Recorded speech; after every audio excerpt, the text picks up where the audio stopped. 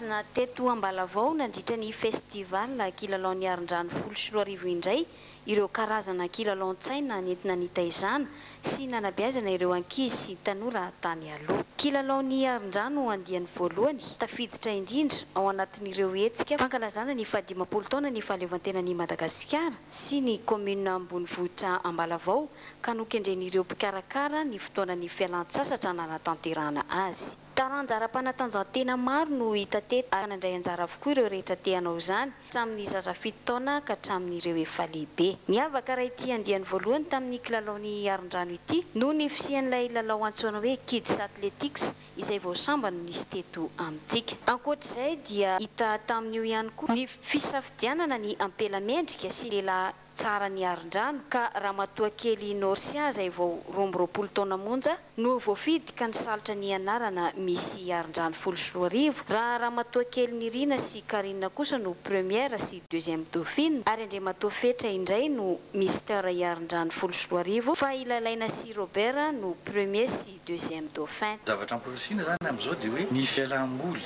nentim-paharazana zay tsy hitany ratsy izy ary fialamboly mitaiza io mitondra fanabeazana be dia be ho an'ny tanora ho masahan'ny ministère amin'izao fotoana izao ho ampiroboroboana ary averina indray ho an'ny tanora amin'izao fotoana izao mba ahafahan'ny tanora koa mampita.